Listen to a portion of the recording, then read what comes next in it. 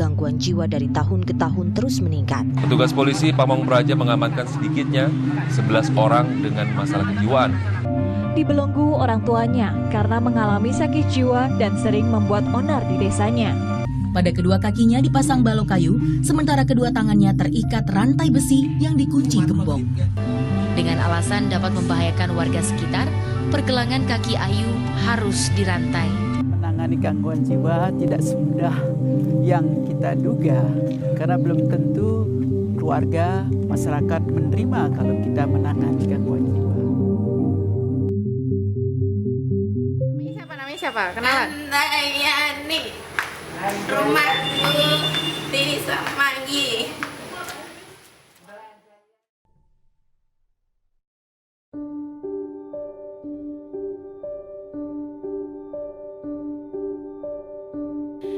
Bukankah manusia dilahirkan dalam keadaan normal dengan jiwa yang sehat? Bukankah kita semua diberikan kemampuan untuk berempati dan simpati kepada sesama? Apa yang terjadi kepada mereka yang dibuang di jalanan hanya karena mengalami gangguan jiwa? Manusia seharusnya tidak lupa jika orang-orang dengan gangguan jiwa juga manusia yang sama seperti dirinya. Sebegitu sulitkah memahami mereka layaknya memanusiakan manusia pada umumnya?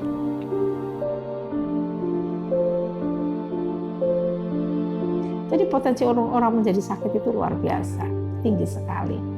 Apalagi makin kesini tuh hedon makin kuat banget, kemudian era globalisasi persaingan, rasanya stresor itu, makanya makin kesini angka bunuh diri makin meningkat. Mensosialisasi ya bahwa mereka itu manusia biasa seperti kita juga yang layak hidup. Mereka sudah menjalankan takdir Tuhan menjadi orang sakit. Tidak ada satupun orang minta sakit, oke? Apalagi sakit jiwa, nggak ada yang mau.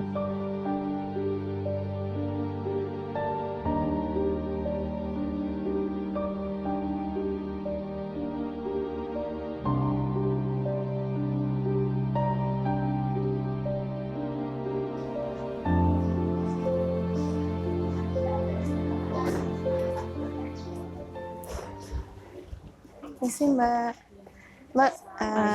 iya, saya mau minta izin ini untuk ada liputan di dalam. Tuh, kira-kira boleh nggak Mbak? Oh, boleh Mbak, cuman kan Mbak bawa kamera. Kalau bisa kameranya stuck di sini aja, karena di dalam kan menyangkut dengan privasi pasien. Oh gitu, berarti kameranya cuma sampai di sini ya? Sebatas ini aja. Oh gitu. Di dalam, jangan dibawa. Oh gitu, ya udah. Untuk privasi pasien. Oh ini, yaudah, makasih ya Mbak. Untuk kepentingan pasien, kamera tidak diperbolehkan untuk dibawa masuk. Wawancara dilakukan di luar sesuai dengan peraturan yang ada. Rumah Sakit Jiwa Daerah Surakarta telah berdiri sejak tahun 1918 di kota Surakarta. Satu-satunya rumah sakit jiwa di wilayah ini yang secara aktif memberikan pelayanan dan pengobatan untuk orang-orang dengan gangguan jiwa.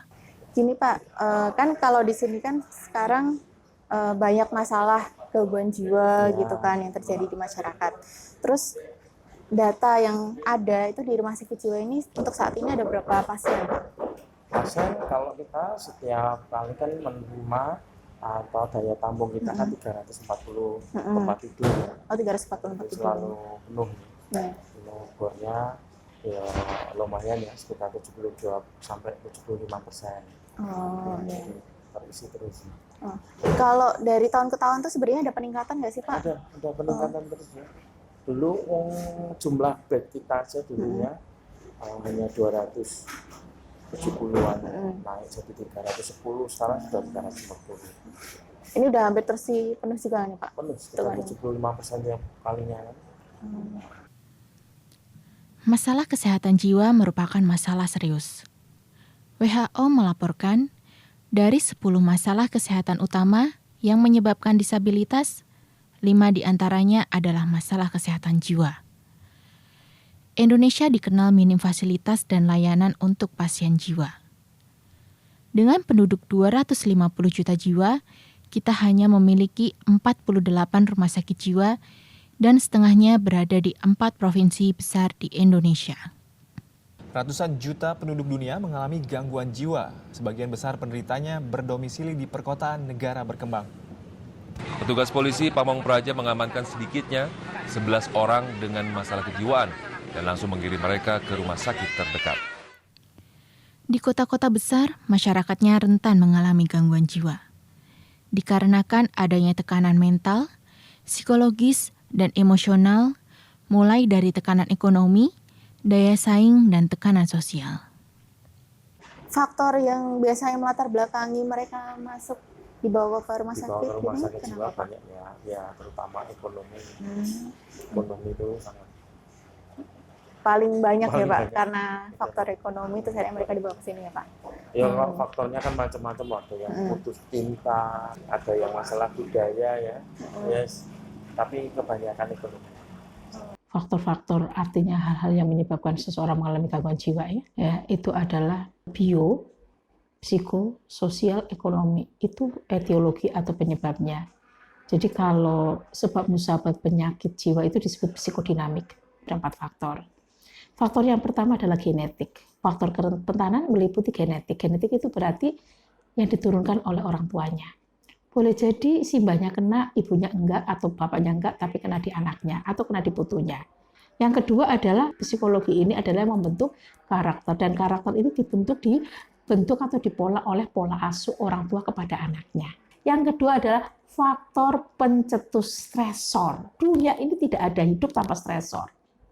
Stresor itu pencetus, pembuat stres. Semua orang yang hidup itu pasti diuji dengan stres. Buta mendadak karena dia juga mungkin kaget, itu sangat histeris sekali seperti orang gila, ngamuk sekali, teriak nggak ada henti-hentinya. Gara bertengkar dengan kekasihnya, seorang pelajar nekat mengakhiri hidupnya dengan cara terjun ke dalam sungai. Ibu korban yang tidak terima anaknya tewas berencana menuntut pacar korban. Aksi nekat Karini tersebut disinyalir akibat stres yang berkepanjangan lantaran sang anak yang baru berusia 2 tahun meninggal dunia dan ditinggal kabur oleh sang suami. Yang paling tinggi adalah kehilangan orang yang tercinta. Suami kehilangan istri, istri kehilangan suami, orang tua kehilangan anak, anak kehilangan orang tua. Kemudian yang ketiga adalah faktor kritis. Mungkin kita masih enjoy, masih kuat, nggak ada faktor kritis karena masih muda, sel-sel kita masih sehat. Ya, faktor kritis bisa gara-gara pensiun, dia faktor kritis datang karena usia tua. Yang terakhir adalah coping, pelarian ketika menghadapi masalah. Pelarian yang positif itu bisa disebutkan di sini lari ke agama, ya, lari ke olahraga, lari ke musik, lari ke komedi. Itu kan tidak mengganggu. Kemudian yang kedua adalah coping atau pelarian yang negatif, dan misalnya narkoba, alkohol, kriminal, merokok, gitu ya, merusak tapi nggak sadar, seolah-olah puas.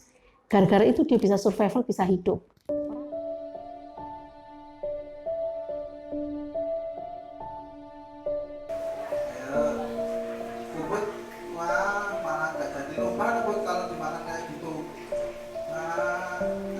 Saat ini saya sedang berada di Geria PMI Peduli Kota Surakarta yang merupakan salah satu tempat penampungan orang dengan gangguan jiwa. Mereka yang ada di sini merupakan limpahan dari rumah sakit jiwa atau hantaran dari Satpol PP yang dibawa dari jalanan. Seperti tempat penampungan lainnya, pengobatan maupun perawatan di sini dilakukan secara gratis.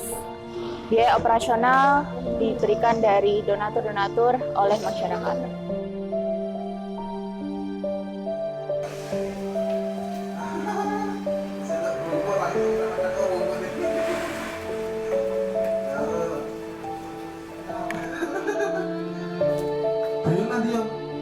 Ini apa?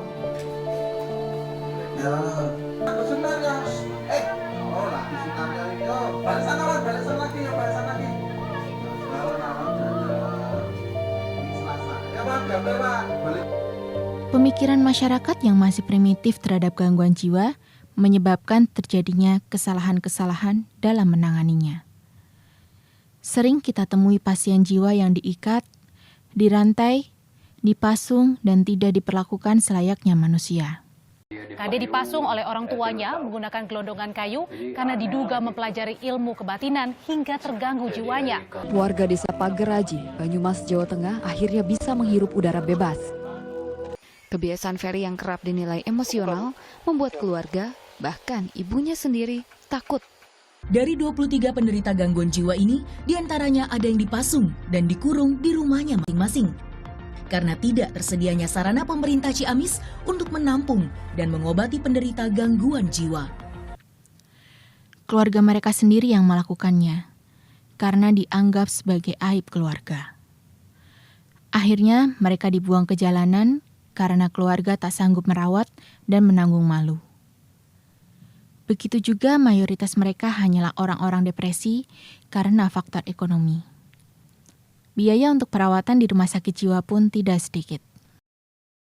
Biaya yang diperlukan untuk keluarga yang membawa pasien ke sini atau keluarganya ke sini. Maksudnya perawatan, ya. Perawatan. Inap, kan kita banyaknya kelas 3 ya. Kelas 3 kan sesuai dengan tarif ya. Tarif yang berlaku barusan. Kalau kelas 3 itu 50.000 ya. Gitu. Sekitarnya itu ya bertahap ya, nanti kelas 2, kelas 3 sampai VIP ya. Kalau dengan biaya seperti, maksudnya biaya kelas 3 50.000 satu hari, itu kira-kira fasilitasnya apa aja Pak yang diberikan dari makan dan baju ya. Makan seperti kita biasa. Biasanya kalau perawatan di rumah sakit. Mengenai hal lain-lain ya standar ya. Standar, jadi mereka tempat tidur ya sudah nanti sudah ditunggu perawat dan sebagainya. Jika dalam sebulan setiap jiwa membutuhkan biaya 1.500.000, padahal untuk upah minimum di kota Solo hanya 1.534.000, maka butuh pengorbanan dan keikhlasan yang harus dilakukan keluarga untuk mencapai kesembuhan pasien jiwa. Keluarga tidak mau menerima, itu jadi memang keluarga itu sangat salah. Karena itu juga walaupun keadaannya seperti apa, sakitnya seperti apa, itu harus ada pendekatan. Kalau dia tidak ada pendekatan untuk menerima, selamanya tidak akan sembuh. Karena kita punya prinsip psikoterapi adalah healing of understanding.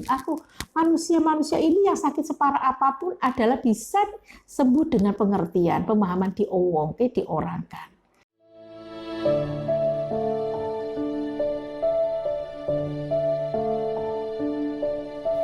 Hal yang paling mendasar dan pertama kita temui adalah keluarga. Ketika keluarga tidak mampu menerima mereka, ada orang-orang dengan sukarela merawat dan memperlakukan mereka selayaknya keluarga. Tempat-tempat penampungan dan komunitas menjadi penyelamat orang-orang dengan gangguan jiwa. Mereka dirawat hingga sembuh dan mampu beraktivitas normal kembali. Kesadaran akan sesama manusia membuat mereka memanusiakan manusia dan mengembalikan martabat kesehatan mental mereka. Namun, bukan berarti orang dengan gangguan jiwa layak untuk dibuang dan kemudian dibawa ke tempat penampungan. Hal yang mereka butuhkan hanyalah kasih sayang dan rasa sabar saat merawatnya.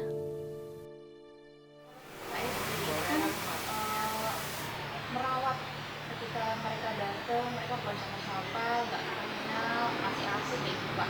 Tapi apa alasan yang menjadi alasan utama Pak Ibu mau merawat mereka? Karena keluarganya, kita anggap keluarga sendiri. Bahwa ini saudara kita, kalau tua ya orang tua kita. Rasa kasih sayang kita bisa lebih mendekat, dan pendekatan kasih sayang itu akan dirasakan oleh pasien dan lebih mudah untuk menyadari. Kita ada rasa kasih sayang, berarti penyembuhannya lebih cepat. Jadi yang paling penting di sini adalah caregiver. Caregiver adalah orang yang hidup bersama orang gangguan jiwa. Ya, orang dengan gangguan jiwa ODGJ.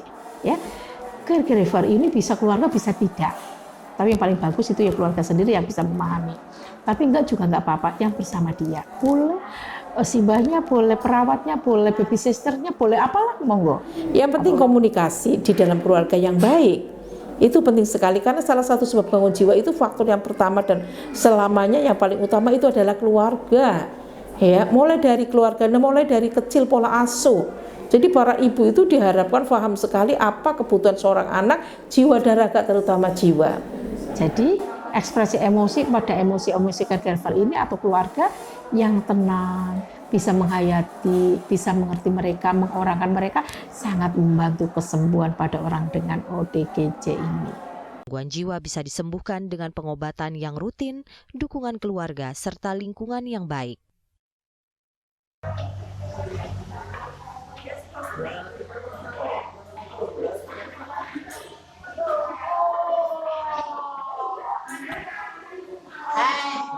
lomba.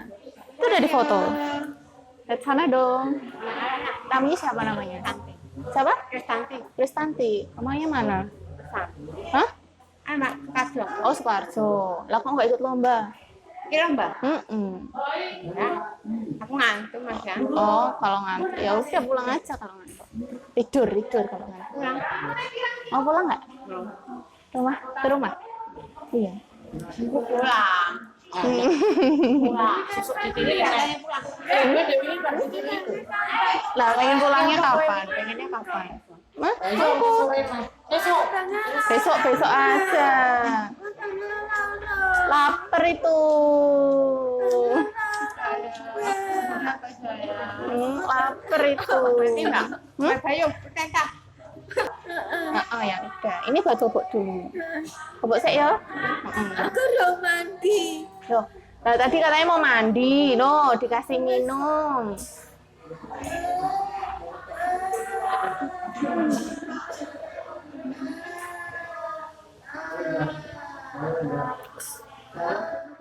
Apakah juga komunikasi itu menjadi bagian yang penting untuk penyembuhannya gitu? Betul sekali. Semua gangguan jiwa bersumber dari komunikasi.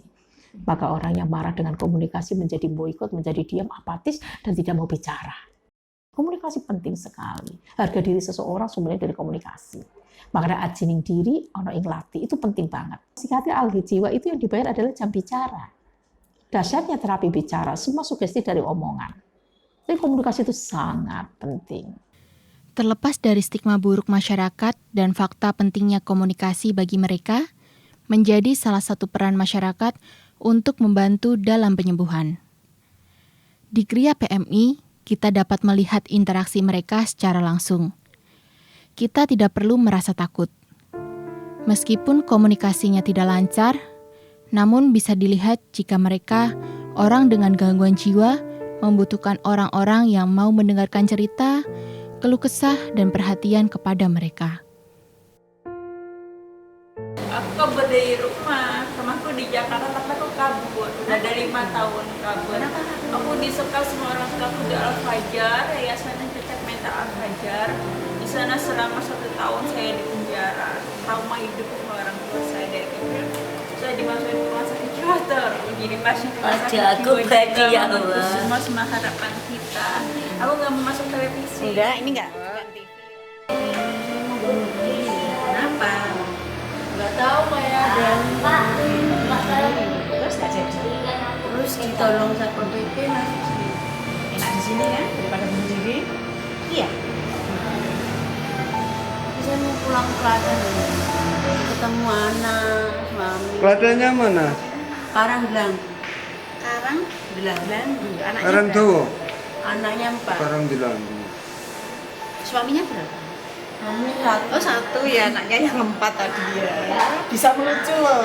Di Jakarta perempuan, di Klaten laki-laki. Bisa. Umurnya 26 sama 20 tahun. Besar sekali untuk menjadi gangguan jiwa. Dan itu hampir semua orang bisa ngalami. Mungkin sekarang sehat, belum tentu nanti.